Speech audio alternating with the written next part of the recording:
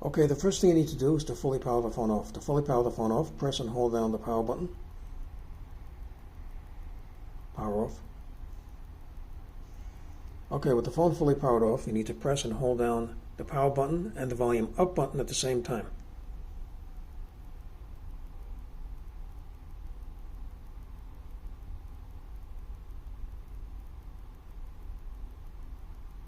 Okay, now let go of the buttons. Using the volume up button, go to recovery. Now press the volume down button.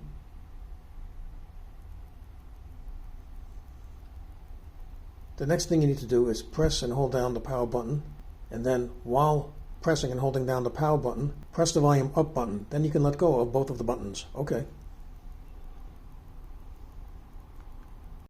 The next thing you need to do, using the volume down button, go to Wipe Data, Factory Reset. Press the power button. Using the volume down button, go to Yes. Press the power button. Press the power button.